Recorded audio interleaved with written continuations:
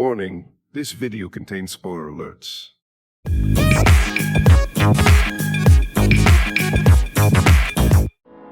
In this series, we'll be looking at every movie in the Godzilla franchise, from 1954 to 2024, and learn about the many monsters who were introduced. The Godzilla franchise comprises of 33 official Japanese movies, 5 official US adaptations, and 5 other movies for Rotten and Mothra. For those not familiar with the events and characters in the franchise, this series will help you get familiar with them. Now for the third movie of the franchise, King Kong vs. Godzilla, 1962.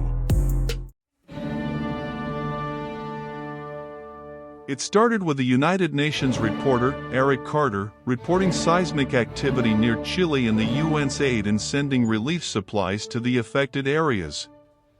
He further reported a Japanese fisherman fleet reporting a strange phenomenon. Large icebergs had been breaking up and moving towards Japan, rapidly melting. The UN sent a nuclear submarine along with scientists to investigate the matter. Next, he reported that a Japanese scientist, Dr. Makino, discovered berries with great health benefits which were grown by natives of a remote island. These natives turned the berries into juice to appease a very large god that inhabited the island. Later, a meeting with some directors from Pacific Pharmaceuticals and Dr. Makino was held to discuss the berries' location and the monster living there.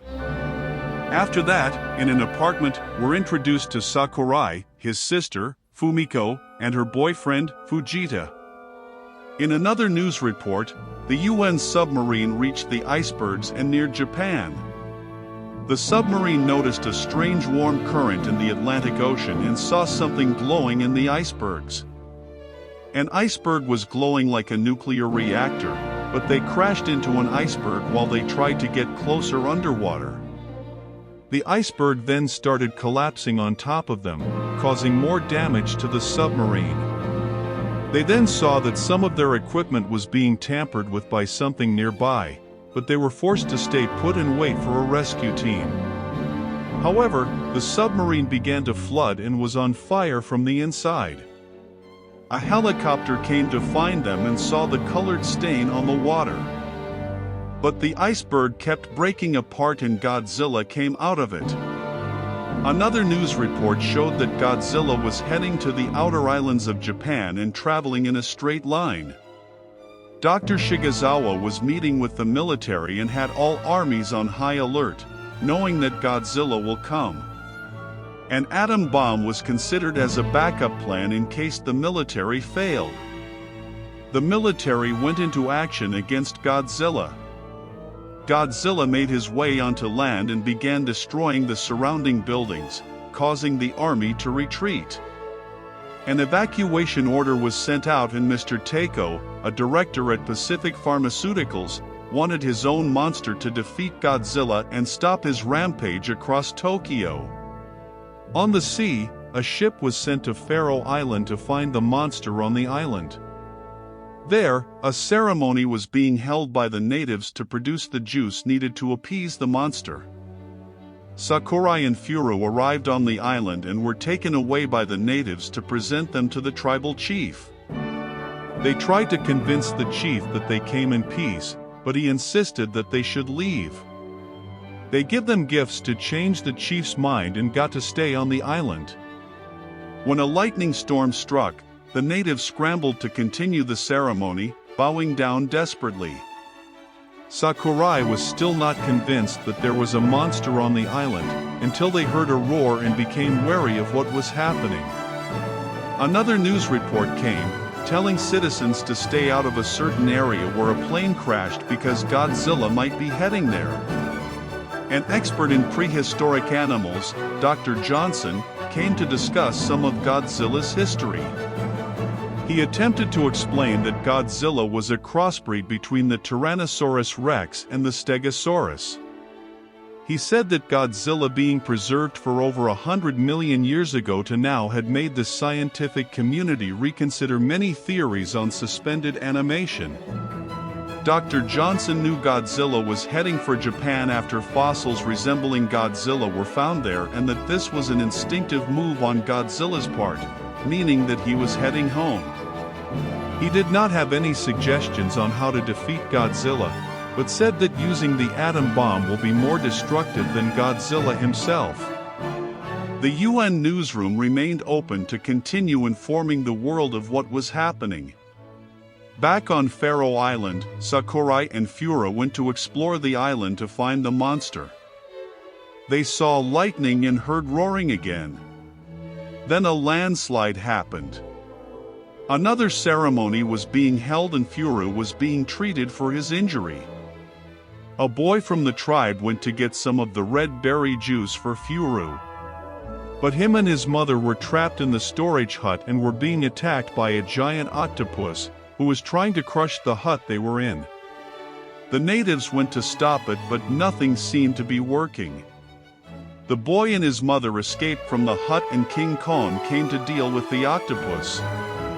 He chased the octopus away and drank the jars of juice that were there as an offering.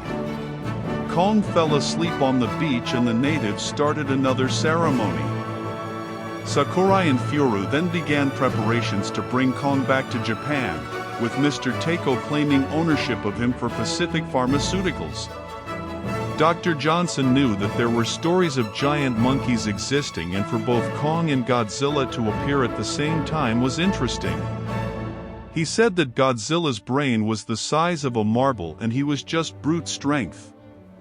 Kong, on the other hand, was a thinking animal with a brain 10 times the size of a normal gorilla's skull. He knew that being instinctive rivals will drive them to destroy each other. Reports said that Godzilla had disappeared, but Dr. Johnson knew that Godzilla went to the depths of the ocean and will be back for Japan soon. Japan's military was at full strength and evacuations were underway, but the government saw Kong as a threat just as much as Godzilla was. They would not want his help if it meant more destruction. A ship was towing Kong tied to a raft across the ocean to Japan, with dynamite tied to the raft as a countermeasure in case he went wild. Mr. Takeo came to the ship to see Kong for himself, but a military ship came to stop them from entering Japan's waters by order of the government. King Kong was to be returned to Faroe Island because he was considered a menace to Japan by the government. Mr. Takeo was shocked by this and risked imprisonment if he did not obey the government's orders. Meanwhile, in Japan, Fujita returned home and met Fumiko's friend, Tamai. She thought he died in the plane crash, but he explained to her that he missed his flight and was not in the plane crash. They then learned from a neighbor that Godzilla was seen near Hokkaido and that Fumiko was on a train there. General Shinzo held a meeting with the Emergency Council to discuss their strategy to fight Godzilla and heard the report that Godzilla was nearing Hokkaido. General Shinzo said that they might need the atom bomb, but the government wanted this to be the last resort. Godzilla was already on land and was approaching a train that was traveling on a line along the coast. The passengers fled the train into buses and trucks and Godzilla moved further inland. Fujita drove to the train station and met a roadblock of evacuees. Fujita ignored the officer there and drove off to find her despite Godzilla being there. Godzilla was destroying the train since he was attracted to it and Fumiko was struggling to navigate through the bushes. Fujita ignored the other warnings and kept driving by, looking for Fumiko. Fumiko tripped into a shallow river and Godzilla was moving towards her. Fujita found Fumiko clinging to a rock on the riverbank and rescued her. Godzilla ignored them and continued along the train tracks. Back on the boat, Kong was waking up during the journey back to Faroe Island. They tried to cut the cables and detonate the dynamite, but Mr. Takeo kept trying to stop them. Sakurai shot one of the dynamite cases and the raft exploded with Kong tied to it, but Kong survived. A news report showed that Kong reached Japan's mainland and was heading directly towards Godzilla, who was moving towards Tokyo. Their natural instincts guided them to each other. Godzilla and Kong approached each other with the military waiting for them nearby. Kong started throwing boulders at Godzilla and Godzilla used his atomic breath. But a helicopter came into the line of fire and crashed into the trees. Mr. Takeo and the others watched the fight, with Mr. Takeo feeling very confident in Kong's ability to beat Godzilla. But Godzilla kept using his atomic breath on Kong, causing Kong to keep his distance. Kong's fur got singed by Godzilla's atomic breath and Godzilla seemed to be enjoying the fight. Kong then left. A news report showed the results that Godzilla won and was continuing towards Tokyo, destroying everything as he went along. The military's plan was to dig a large pit and line it with explosives and poison gas. The rivers will be filled with gasoline and set on fire to guide Godzilla into the trap. Construction teams got to work in building the trap. Godzilla was getting close to them and they worked faster, lining the explosives. They placed a large net over the pit and filled the rivers with gasoline. Godzilla came closer during the night and they set the gasoline on fire. They hid far away by the tree line and watched Godzilla fall into the pit. They detonated the explosives in the pit, but Godzilla was unaffected and climbed out of the pit. The first line of defense failed and Godzilla seemed indestructible. Next, a blockade of high-tension wires with over 1 million volts of electricity was being hastily linked around Tokyo. Dr. Johnson found it strange that Godzilla stayed away from the electrical wires when he attacked the train, but Kong was drawn to it instead since it made him stronger somehow. This meant the blockade would not stop Kong from entering Tokyo. Dr. Shigezawa went to inspect the electrical blockade and saw that it was ready, but unsure of whether or not it would work. Godzilla approached the blockade and they connected the tension. The blockade seemed to be working since Godzilla was hurt by the electrical current. Though Godzilla was being kept outside the blockade with nowhere to pass through, Kong was also approaching Tokyo. Everyone evacuated into trains and boats. Kong broke through the blockade and the reporters were anxious to know when the military will be allowed to use the atom bomb. But the government wanted to avoid using it at all costs because it will destroy Tokyo.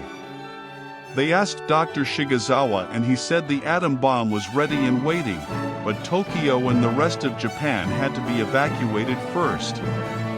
Fujita and Fumiko were separated at the train station when the doors closed behind her when she got in. Kong then started to destroy buildings with his fist and went towards the train that was passing by.